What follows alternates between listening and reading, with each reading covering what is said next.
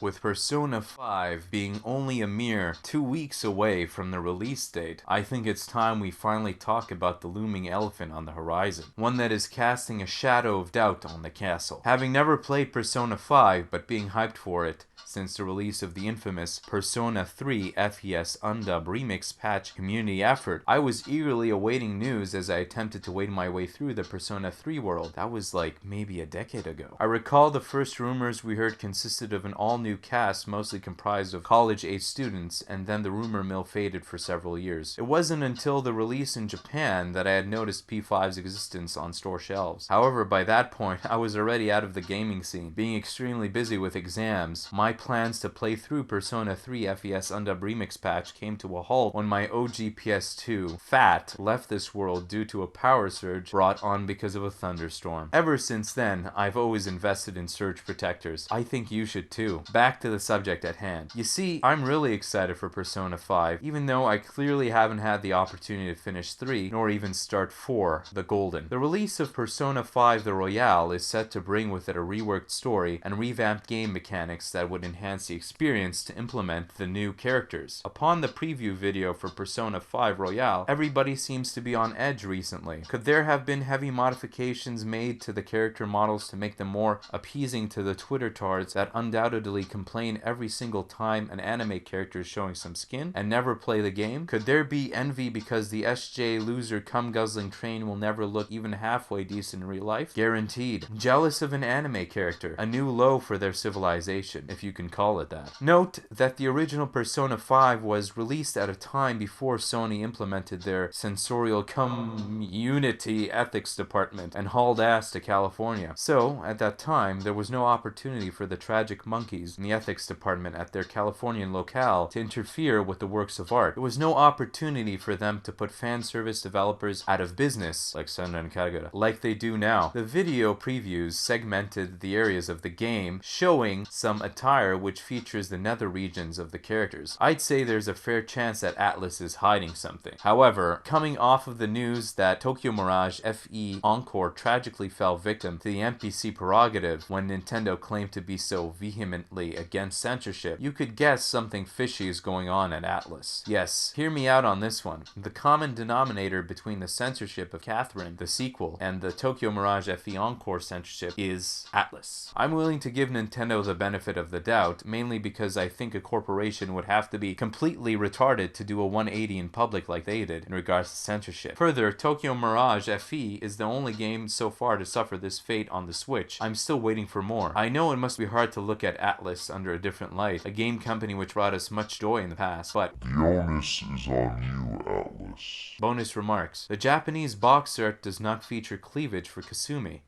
A pussy blocks the way. Could it be a taste of things to come? I can't wait to fight some giant dicks.